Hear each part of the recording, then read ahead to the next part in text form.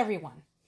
Remember I told you that the whole big fuss about some alleged big announcement by the Trump administration about Ukraine was all just bullshit and no such announcement was forthcoming? I was right. I'm sorry y'all are disappointed. I don't know what to tell you folks. You are listening to the wrong people. Now, here is something quite indicative. Putin says Trump administration is listening to Russia's arguments about Ukraine war. Okay, so who wants to start with pointing out problems with this statement? As a reminder, Russia had always been blaming EU and not NATO, saying basically, see what you made me do. Like a typical abusive person in any relationship, right? They keep saying that, oh, they were so worried about their safety, blah, blah, blah, that they just had to, come barging in and murder a bunch of people. Like you do. So, here's my question. The United States of America, the last time I checked, is still a member of NATO.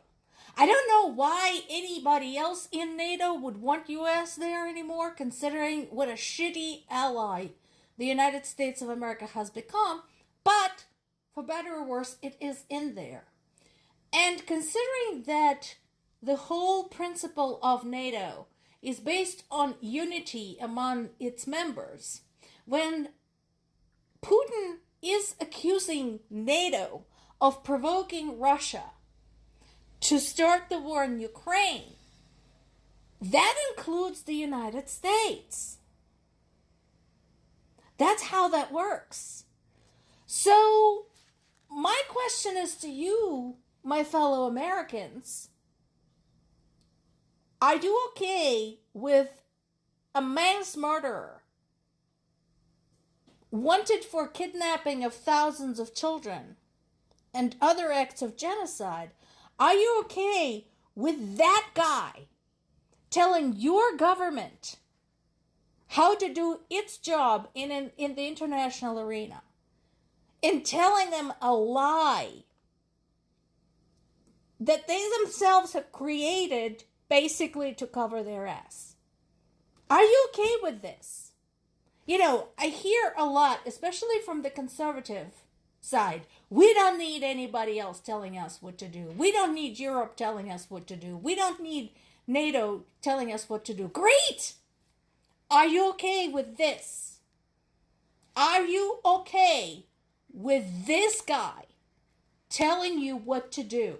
With this former KGB agent that had spent the early years of his career spying on you. Are you okay with this? Just curious. Not to mention who he is friends with. You know that famous proverb, tell me who your friends are and I'll tell you who you are? There you go. Xi Jinping, Kim, Modi. Iran is in there somewhere too. Oh, Erdogan is in there too from Turkey. Yeah. Once upon a time, a lot of the participants of this conference in China were dubbed axis of evil. Do you remember that? We're running up on the anniversary of September 11th. Look at the list of attendees.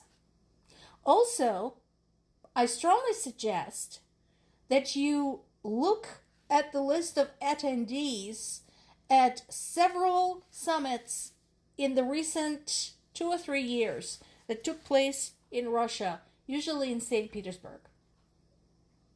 You will see names there like Taliban, Hezbollah, Hamas.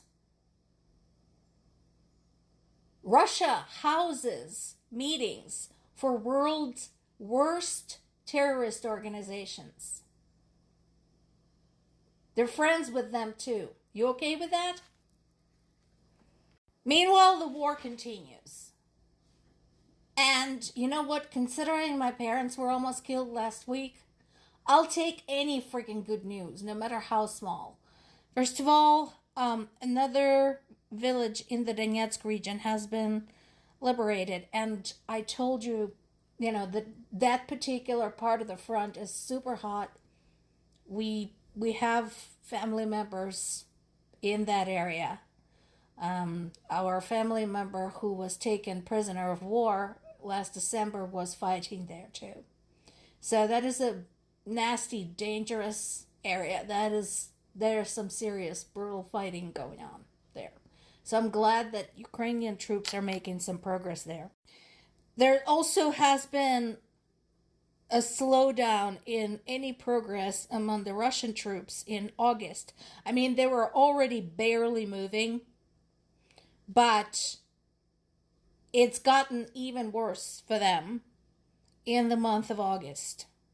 Now, allegedly, Russian military is preparing another major assault toward Siversk in the Donetsk region. We'll see.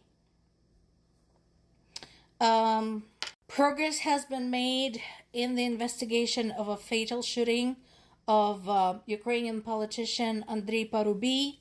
As I mentioned before, this particular assassination raises a lot of red flags because Parubiy was one of the more pro-European politicians in Ukrainian politics. Here's what we know today. Parubiy was killed by an attacker who was posing as a courier in Lviv on Saturday. The suspect has been detained, and the preliminary investigation is showing that the suspect was extremely well prepared. He had Parubiy's travel schedule, his route, as well as an escape plan. So, once again, what remains to be seen is who is behind this. Because you don't just get that kind of information about a parliament member just out of nowhere. So, somebody was helping this person. Somebody was helping the assassin, and it's important to know why and who. Back at the front lines, in addition to trying to figure out Russia's next move, there's also a concerted effort by Ukrainian intelligence, frequently in collaboration with the Allies' intelligence services, trying to figure out do Russians have anything new coming up, be it a new weapon, a new tactic, and so on and so forth. So far, nothing. So what they're talking about, infantry-based attacks, is what we discussed in the past, basically throwing as many bodies as possible at the front line and see who survives. And that has been their strategy the entire time. Ukrainian military says it destroyed 2 Russian helicopters and hit a tugboat in Crimea. They do have a documentary footage showing the moment of the attack. And particularly good news, there has been an acceleration in air defense systems delivery, which is huge. As I mentioned before, this is something that Ukraine desperately needs because ever since the inauguration of Donald Trump in the United States, Russia's attacks on Ukraine have intensified, particularly against Ukrainian civilians, sending forth literally hundreds of drones and ballistic missiles. So, the sooner we can get those air defense systems, the better. More to come.